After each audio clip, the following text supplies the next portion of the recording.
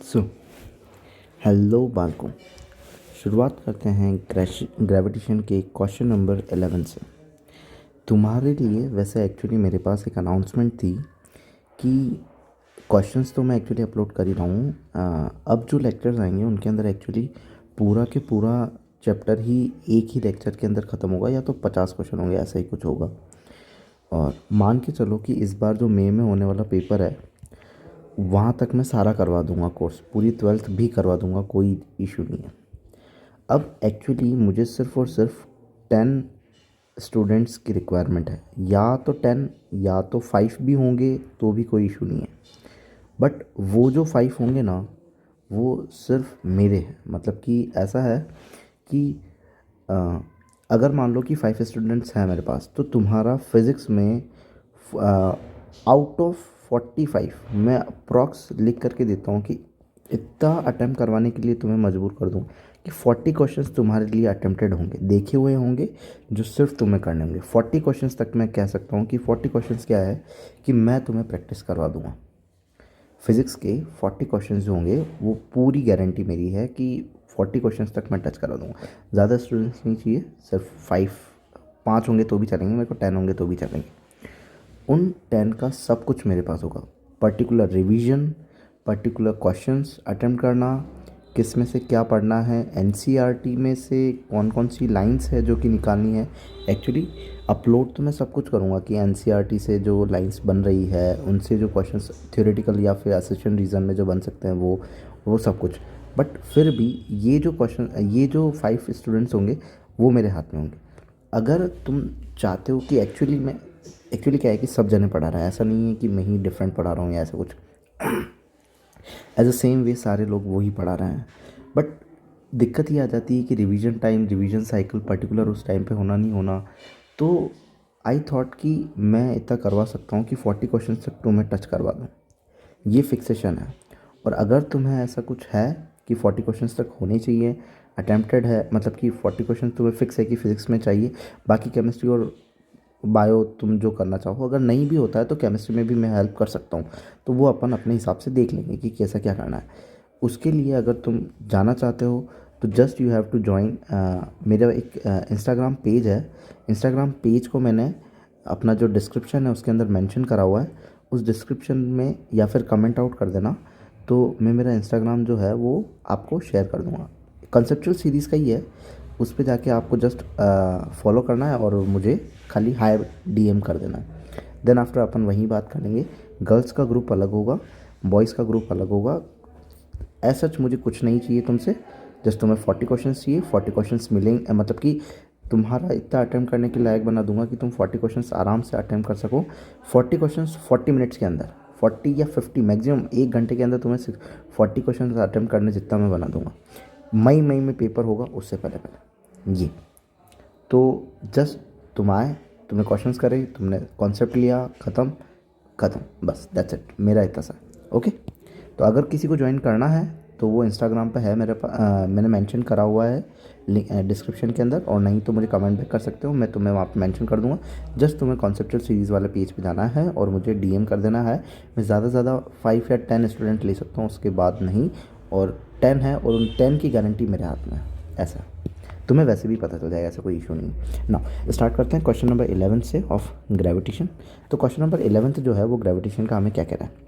4 point masses m, 2m, 3m, 4m are kept at a sequence at a corner of a square of side है, ठीक है। एक square बना दिया, उस के सीक्वेंस में m, 2m, 3m, 4m ऐसे रखे हुए हैं।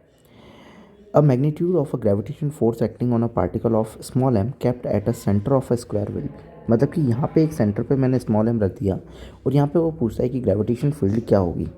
ए ए ए ए नॉर्मली हमें पता है कि अगर ये ए और ए है तो यहाँ से जो लेंथ जारी होगी वो हमें पता ही है कि अगर ये ए है और ये ए है तो ये कितनी आनी है, ये √2a आनी है। और अगर ये √2a है तो इसकी जो हाफ होगी, मतलब यहाँ से यहाँ तक की जो डिस्टेंस होगी वो हो जाएगी हमारी a/√2। तो हमारी सबसे डिस्टेंस जो है वो तो सेम है कि a/√2 ही है ना। पेन चेंज कर रहा हूँ, ध्यान से देखना कैसे क्या रहेगा भाई। स्मॉल m वाला जो है वो कुछ ना कुछ इस तरफ खींच रहा होगा, और एक 3m वाला जो है वो किस तरफ खींच रहा होगा, इस तरफ खींच रहा होगा। ठीक है।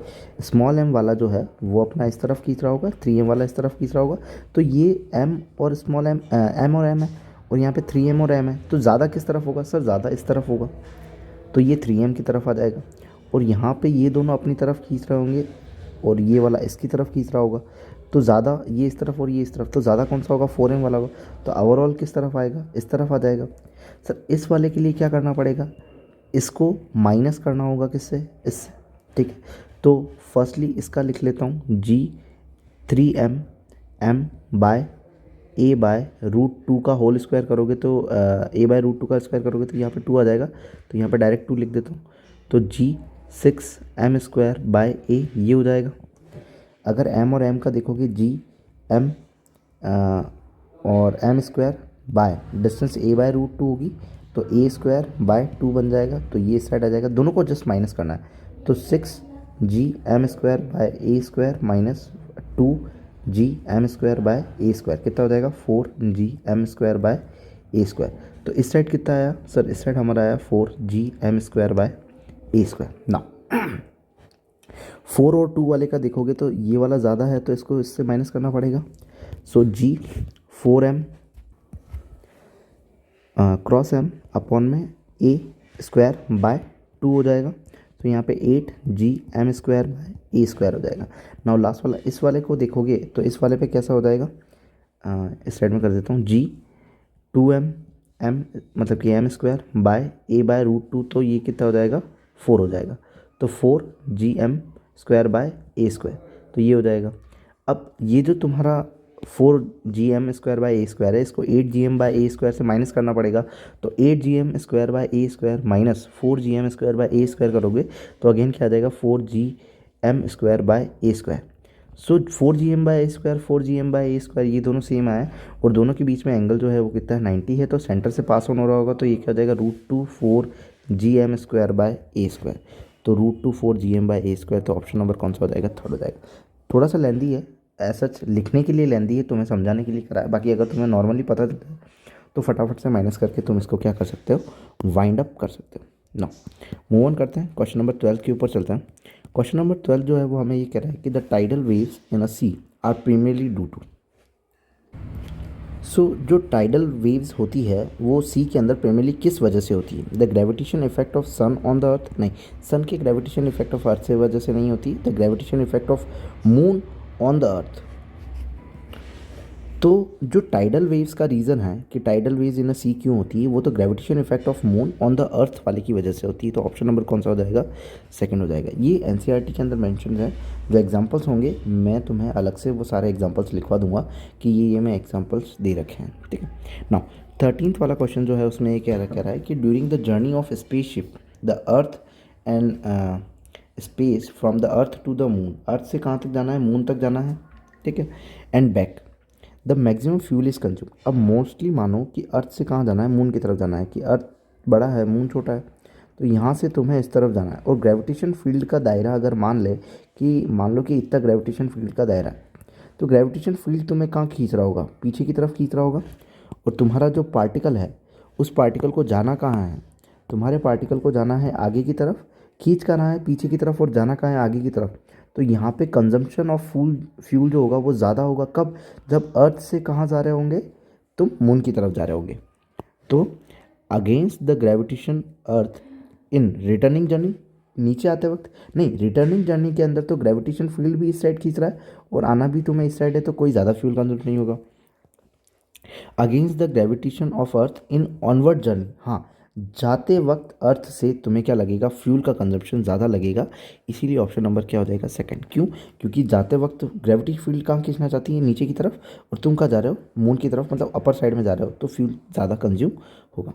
नाउ 14 क्वेश्चन की अगर बात करें, 14 वाला क्वेश्चन ये कह रहा है कि an earth satellite is moving in a circular orbit, earth की जो सैटेलाइट है वो सर्कुलर ऑर्बिट के अंदर मूव कर रही है with a uniform speed V, किसी न किसी स्पीड वी वेलोसिटी के साथ में। If the gravitation force of the earth, earth का जो ग्रेविटेशन फोर्स है वो सडनली डिसअपियर हो जाए, द सैटेलाइट विल, अब मान लो ये अर्थ है और अर्थ के अराउंड में ये तुम्हारी क्या है, सैटेलाइट है, जो कि क्या कर रही है, सर्कुलर राउंड ऑफ कर रही है। अब किसी एक पॉइंट के ऊपर जब तुम्हारा ग्रेविटेशन फील्ड जो हो जाएगा वो ख़त्म हो जाएगा। अगर मान लो इस वाले पॉइंट पे ख़त्म होता है तो यहाँ से वो टेंजेंशियली ऐसे फ्लो कर जाएगा, ऐसे गिरते वक्त ऐसे अगर राउंड ऑफ कर रहा है, राउंड ऑफ करते वक्त यहाँ से टूट जाए तो वो कुछ इस तरीके से चला जाएगा। तो कहाँ जाएगा? टेंजेंशियली जाएगा। तो हमारा ऑप्शन हो जाएगा fly of tangentially from the orbit with a velocity v। जो वेलोसिटी होगी उसी इसी वेलोसिटी के साथ में वो चला जाएगा। तो ऑप्शन नंबर कौन सा हो जाएगा? फोर्थ। नाउ मूव ऑन करते हैं क्वेश्चन नंबर 15 के ऊपर कि if two bodies of mass capital M and small m are revolving around the centre of mass of system in a circular orbit of radius capital R and small r respectively. अब capital M का मास है तो मैं मानता हूँ कि capital M का मास जो है वो थोड़ा सा ज़्यादा होगा और उसकी जो रेडियस है वो क्या है? कैपिटल R है। और स्मॉल m है तो मैं उसको क्या मान लेता हूँ कि ये छोटा मान लेता हूँ और उसकी जो रेडियस है वो एक्चुअली मैं क्या मान लेता हूँ? छोटी मान लेता हूँ। इन दोनों का सेंटर ऑफ मास कहाँ लाई करेगा? सेंटर ऑफ मास कहीं ना कहीं ज़्यादा जो मास होगा उसकी तरफ लाई करेगा। सेंटर ऑफ मास कहाँ लाई करता है? मास जिसका ज़्यादा होता है उस तरफ पे थोड़ा आ जाता है। तो the system in circular orbit of radius R respectively due to the mutual attraction से ये पास में आना चाहते हैं। तो which of the following formula is applicable? Mutual attraction. अब ऑफकोर्स सी बात है कि ये इस तरफ फोर्स लगाएगा और ये इस तरफ फोर्स लगाएगा। अब लगने वाला फोर्स जो होगा, जो इसके ऊपर लग रहा है वो ही इसी के ऊपर लग रहा है, तो सेंट्रीपिटल फोर्स होगा। ठीक, अब मानते हैं कि इनके बीच में ये जो centre of mass of system and circular orbit of radius r and small r respectively, तो सेंटर ऑफ मास से जो डिस्टेंस दी हुई है वो क्या दी हुई है? कैपिटल R, और यहाँ से क्या दी हुई है? Small r। ठीक है, so capital R and small r। Now move on करते हैं। तो हम लिख सकते हैं कि ये वाला जो फोर्स है उस फोर्स को क्या लिख सकते हैं? इस फोर्स को लिख सकते हैं G capital M small m by capital R plus small r का होल स्क्वायर, क्योंकि दोनों से हुआ। अब ये जो सेंट्रीपिटल, ये जो फोर्स है, ये जो हमारा फोर्स है ये क्या है? ग्रेविटेशन अट्रैक्टिव फोर्स है, अट्रैक्टिव इन नेचर है। तो ये इसको इस तरफ और ये इसको इस तरफ खींच रहा होगा। तो हो सकता है कि ये किसके सर्कल में? इसके सर्कल में घूमे या सर्कल में, क्योंकि वो उसने बोला ना कि due to mutual interaction and which of the following formula is applicable. Applicable के अंदर ये हो सकता है कि वो उसके अराउंड रोटेशन करे, इस वाले के अराउंड, या तो ये इसके अराउंड रोटेशन करे। तो यही फॉर्मूला जो होगा वो हमारा किसके इक्वल हो जाएगा? जी कैपिटल, अगर स्मॉल m के अराउंड रोटेशन कर रहा है तो वो क्या हो जाएगा? Omega square m omega square small r।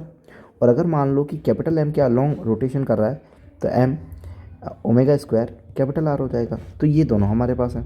तो अब वो किसके अलोंग रोटेशन कर रहा है? तो दोनों में से किसी के भी अलोंग रोटेशन कर सकता है। सो फॉर्मूला देखते हैं, G M M by capital R small r m omega square r। ठीक है, तो ये सही हो सकता है ना। जी एम एम आर तो नहीं होगा, आर तो दोनों में आना चाहिए। सो ये वाला भी नहीं होगा। So G M M bye,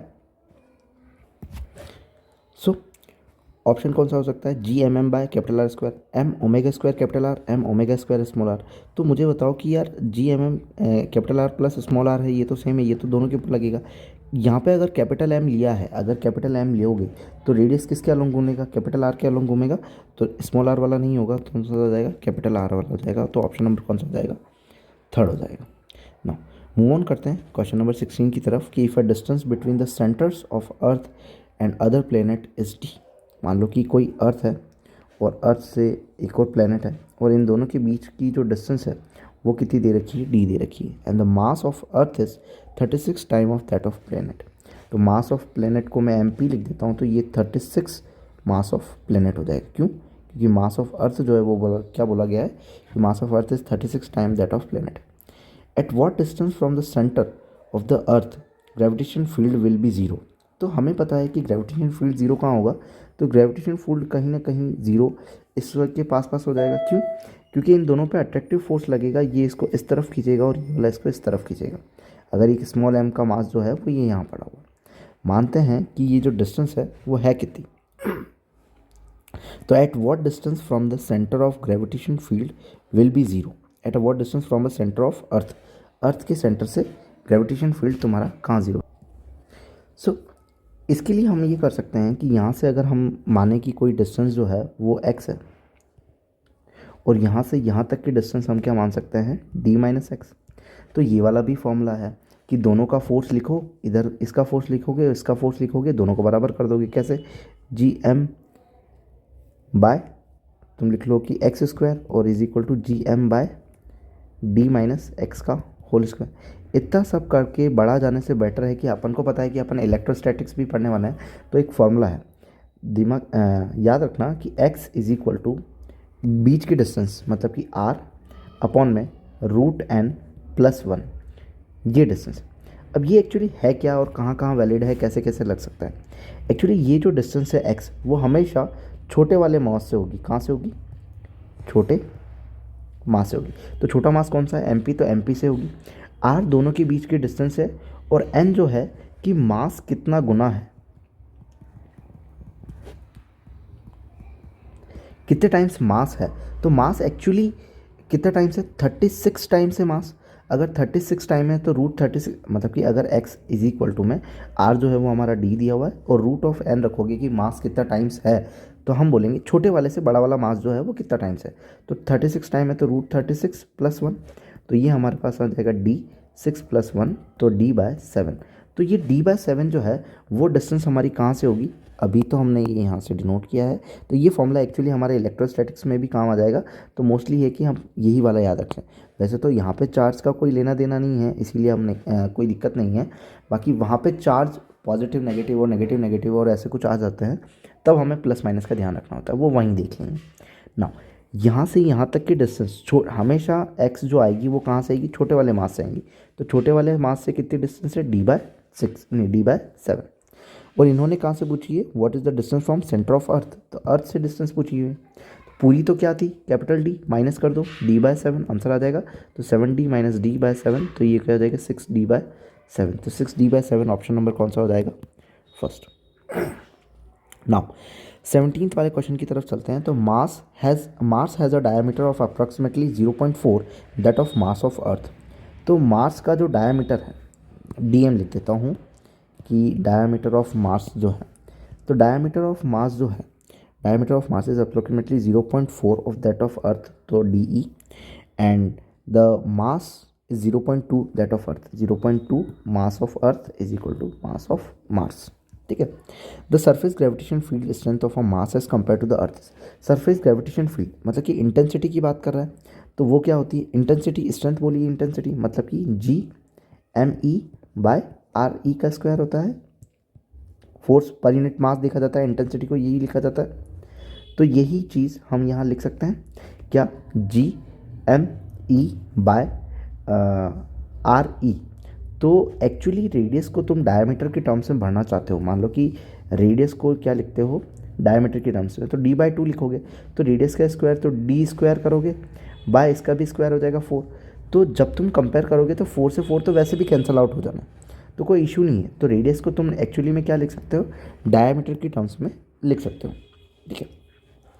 कितने फैक्टर से बड़ा है उसने ये पूछा है। ठीक है। तो हम एक्चुअली क्या कर लेते हैं, या तो तुम कंपेयर कर लो तो भी चलेगा, और तो कंपेयर कर लेते हैं। तो अब जब अगर अपन कंपेयर करेंगे तो हम क्या लिखते हैं कि यहाँ पे मैं यहाँ पे पॉइंट आउट कर देता हूँ ताकि ये हमारा डायमीटर ऑफ मास हो जाए।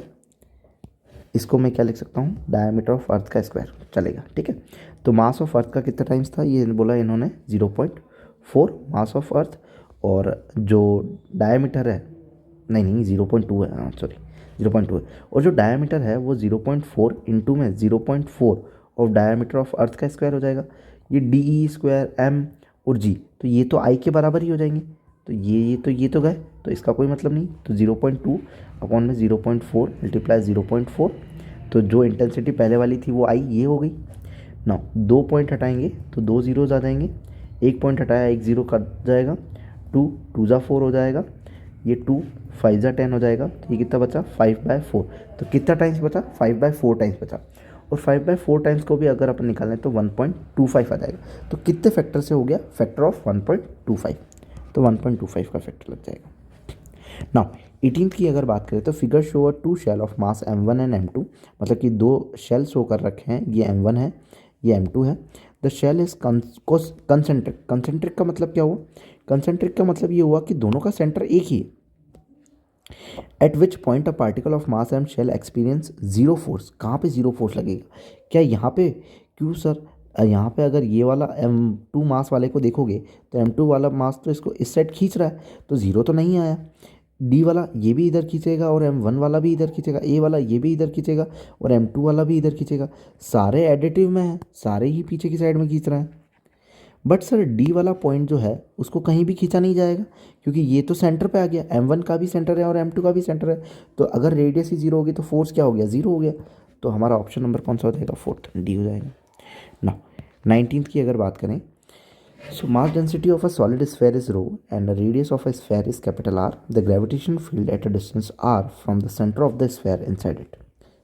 अगर स्फेयर के इनसाइड में तुम्हारे पास मान लो कि कहीं ना कहीं मास पड़ा हुआ है और सेंटर से जो डिस्टेंस है वो आ रहा है, तो उस पर ग्रेविटेशन फील्ड निकालनी है। तो उसका फॉर्मूला क्या होता है, G M small R by capital R का स्क्वायर। सर ये कैसे होता है, क्यों, अगर नहीं याद आता है तो इस स्मॉल आर को तुम क्या लिख सकते हो कि ये स्मॉल आर जो है वो बढ़ते बढ़ते अगर आर हो जाए तो ये कितना हो जाए, आर। तो यहाँ पे तो आर स्क्वायर आना चाहिए, तो ये आर क्यूब हो जाएगा, सॉरी। ठीक है, तो अगर मान लो तुम्हारा स्मॉल आर जो है वो बढ़ता हुआ आर हो जाए तो एक आर से एक आर कट जाएगा, तो ये क्या आ जाएगा, G M by R square आ जाएगा। तो ये सर यही इंटेंसिटी होती है कहाँ, सरफेस के ऊपर। तो फॉर्मूला सही है। तो ऐसे करके फॉर्मूले को भी ध्यान में रख सकते हैं ना। तो फोर्स अपन फॉर्मूला लिख लेंगे, G M by capital R cube small R. ठीक है ना। अब यहाँ पे ग्रेविटेशन फील्ड इंचर से आर, तो अगर ये जो मास है ये किसका है मास, सर ये तो पूरे होल का मास है। होल का मास है तो लिख लो, ओपन कर दो, density is equal to mass upon volume. तो मास क्या हो जाएगा, डेंसिटी मल्टीप्लाई वैल्यू। तो जी डेंसिटी को रो लिखा हुआ है, volume 4/3 pi capital R cube upon में स्मॉल आर, और ये हमारा capital R cube. Capital R cube से कैपिटल आर क्यूब कट जाएगा, तो हमारा क्या बना, 4 pi rho G small R by 3, rho G by small R by 3। तो ऑप्शन नंबर कौन सा हो जाएगा, फर्स्ट। ना 20th वाले क्वेश्चन की अगर बात करें तो क्वेश्चन नंबर 20 जो है वो हमें क्या कह रहा है, assume that the tunnel has a dug through earth from a north pole to the south pole and that of earth is non rotating. Earth जो है वो हमारा रोटेटिंग नहीं है, और ये हमारा सरफेस है कि सरफेस से डिक जो है वो कुछ इस तरीके से पास हुई है नॉर्थ पोल से साउथ पोल तक। सेंटर में हमारा पॉइंट आर बना हुआ है, और उससे ये कह रहा है कि that the earth is a non rotating uniform sphere of mass capital है। ठीक है, सब पे कैपिटल है, मास यूनिफॉर्मली डिस्ट्रीब्यूटेड है। The gravitation force on a particle of a mass M drop from the tunnel when it reaches a distance small R. मतलब कि ये जो स्मॉल एम का जो मास है, ये अगर स्मॉल आर डिस्टेंस पर आ जाए तब इस पर लगने वाला फोर्स जो होगा वो सेंटर से क्या होगा, सेंटर से इस पर फोर्स क्या होगा। तो हम एक्चुअली में इसका जो फॉर्मूला होता है, फोर्स क्या लगेगा, तो फोर्स के लिए क्या कह सकते हैं, फोर्स के लिए हम कह सकते हैं कि स्मॉल एम और जी डैश जो लग रहा होगा वही। अब जी डैश क्या होता है, सर जी डैश होता है G1 minus D by R. Sir D by R, हाँ, ये डेप्थ को बताता है, किसको बताता है, डेप्थ को। और ये कैपिटल आर पूरी रेडियस जो कि सेंटर से यहाँ तक की रेडियस दी हुई है। डेप्थ अगर मान लेते हैं कि डेप्थ इसकी क्या है, डी है। ठीक है ना। अब नया जी जो है वो क्या है, G capital R minus D. तो कैपिटल आर माइनस डी करोगे, भाई तुम्हें ये डिस्टेंस दे रखी है, ये पूरी डिस्टेंस, मैं एक्चुअली डिस्टेंस ही बताता हूँ, ये पूरी डिस्टेंस जो है वो कितनी दी हुई है, आर दी हुई है। सेंटर से यहाँ तक की डिस्टेंस कितनी है, स्मॉल आर, और ये डिस्टेंस कितनी है, डी। तो आर माइनस डी करोगे तो बचेगा क्या, स्मॉल आर। ठीक है, तो जी डैश जो आया वो स्मॉल जी जो कि सरफेस पे लगता है वो स्मॉल आर अपॉन में कैपिटल आर। तो अगर स्मॉल जी को ओपन करोगे तो क्या लिखोगे, G dash is equal to G M by, ये तो कैपिटल है मास वाला, ठीक है, बाय आर स्क्वायर, और ये आर भी लग जाएगा तो आर क्यूब हो जाएगा, और ये स्मॉल आर हो जाएगा। तो ये आ गया, सर ये आ गया तो भर दो इसमें।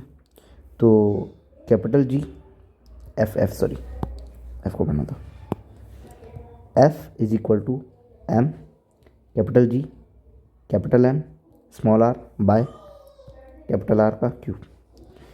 तो capital M small M G small R, capital M small G small R, capital R cube. तो ऑप्शन नंबर कौन सा हो जाएगा, थर्ड हो जाएगा।